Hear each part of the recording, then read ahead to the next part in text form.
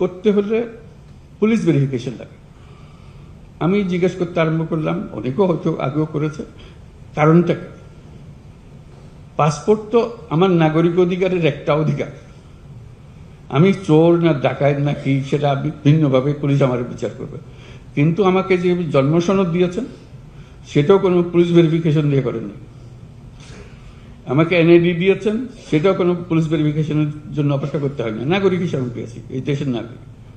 পাসপোর্টও এই দেশের নাগরিকের একটা পরিচয়পত্র, এখানে পুলিশ ভেরিফিকেশন কোনো লাগবে। আমরা আইন করে দিয়েছি এখন থেকে পুলিশ ভেরিফিকেশন লাগবে না। সে কথাটা গ্রামে গঞ্জে গিয়েছিল, যে তালি দেখে মনে হলো এটা পৌঁছে নাই। পৌঁছতে তো এটা, হ্যাঁ আমরা জানি তো, এটা আবার বলার দরকার কি? আমার বলার কারণে তালি দেওয়ার অর্থ হলো যে সুন্দর কাজ হয়েছে, তো তার মানে এই কথা মানে পৌঁছে নেই। অথচ আমরা এখানে সিদ্ধান্ত নিয়ে বসে আছি বেশ কিছুদিন আগে। এই যে দূরত্ব, এটাও যেন না থাকে। এগুলোর কোনো কারণ নেই, বিনা কারণে মানুষ হয়রানি করা। হয়রানি করাটাই যেন আমাদের ধর্ম। সরকার মানে মানুষকে হয়রানি করা, এটার থেকে উল্টে দেওয়া। সরকার ভিন্ন জিনিস, আপনার অধিকার, আপনার অধিকারগুলো আপনার দরজায় পৌঁছিয়ে দেওয়া আমাদের কাজ। এটাই যেন আমরা স্মরণ রাখি।